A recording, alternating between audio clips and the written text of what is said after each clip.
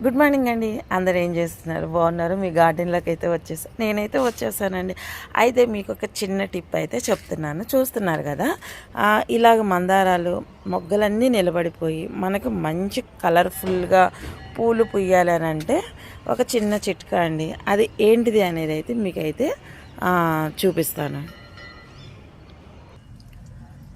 అదేనండి, ఈ లిక్విడ్ బాగా పర్మనెంట్ అయిపోయిన బియ్యం కడిగిన వాటరు, అలాగే కొన్ని ఉల్లిపాయ తొక్కలు, అంతేకాకుండా కొంచెం ఎప్సమ్ సాల్ట్ వేసి అయితే నేను ఈ విధంగా 2 రోజులైతే పర్మనెంట్ అయితే చేసేసుకున్నాను.